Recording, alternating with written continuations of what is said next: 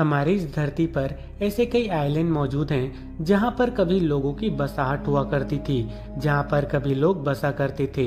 इन island पर वह सारी सुख सुविधाएं मौजूद थी जो आज के एक आधुनिक शहर में मौजूद होती हैं। पर समय के साथ साथ इन आइलैंड पर कुछ ऐसी घटनाएं घटी जिसकी वजह से इन आइलैंड के लोगों ने इस जगह को छोड़ दिया और यह आइलैंड आज भी पूरी तरह से वीरान है। आज इस वीडियो में हम आपको जिस आइलैंड के बारे में बताने वाले हैं वह आइलैंड एक समय पर दुनिया के सबसे आधुनिक शहरों में से एक हुआ करता था, जहां पर वह तमाम सुविधाएं मौजूद थी जो एक आधुनिक शहर में मौजूद होती हैं। एक अच्छा school, shopping mall, high technology से लेस हॉस्पिटल और रहने के लिए एक अच्छा मकान जैसी और कई सुविधाएं इस आइलैंड पर आज यह आइलैंड पूरी तरह से एक खंडहर में तब्दील हो चुका है। जी हाँ, इस आइलैंड का नाम है हाशिमा आइलैंड, जो कि जापान के हिरोशिमा से कुछ ही दूरी पर एक तट पर मौजूद है, जिसे बैटलशिप आइलैंड के नाम से भी जाना जाता है, क्योंकि इस आइलैंड का आकार बिल्कुल एक बैटलशिप की तरह दिखाई पड़ता है। पर 1890 से लेकर 1900 के दशक के पहले यह आइलैंड भी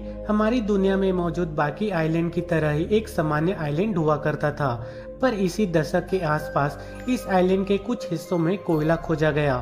उस समय मित्सुबिशी कॉरपोरेशन जापान की एक जानी मानी कंपनी हुआ करती थी, इसलिए सन 1990 के आसपास मित्सुबिशी कॉरपोरेशन ने इस आइलैंड को अंडर वाटर कोल माइनिंग के लिए खरीद लिया।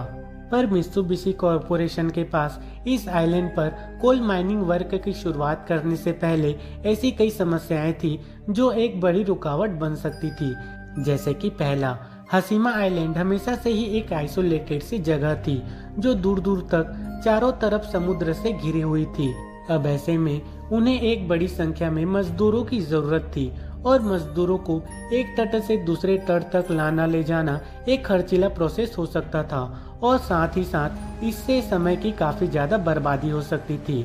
दूसरा, इन सभी मजदूरों के रहने के लिए एक अच्छे मकान और खाने पीने की सुविधा। तीसरा, माइनिंग के दौरान कोयले को रखने के लिए एक अच्छे गोदामों की व्यवस्था। चौथा, माइनिंग में यूज किए जाने वाली भारी भरकम मशीनों को इस आइलैंड तक लाने की सुविधा। इन सभी समस्याओं को ध्यान में रखकर मित्सुबिशी कॉरपोरेशन ने इस आइलैंड पर मजदूरों के रहने के लिए लगभग 9 मंजिला इमारत का निर्माण किया। बच्चों के लिए अच्छे स्कूल और आधुनिक सुविधाओं से लैस हॉस्पिटल, शॉपिंग मॉल और मूवी हॉल जैसी इमारतों का निर्माण भी किया। मित्सुबिशी कॉरपोरेशन ने मजदूरों को वह सारी सुविधाएं दी जो कि उनकी बेसिक जरूरतें थी। धीरे धीरे इस आइलैंड पर अंडर वाटर कोल माइनिंग की शुरुआत की गई। लगभग कई महीनों तक चले कोल माइनिंग के इस काम से मित्सुबिशी कॉरपोरेशन को भी एक अच्छा खासा मुनाफा हुआ। उस समय इस आइलैंड पर करीब 5000 मजदूर काम करते थे। उस दौर में यह शहर दुनिया के कुछ चुनिंदा आधुनिक शहरों में से एक हुआ करता था। सब कुछ बिल्कुल ठीक चल रहा था, पर कहते हैं ना कि प्रकृति द्वारा दी गई चीजें सीमित होती है।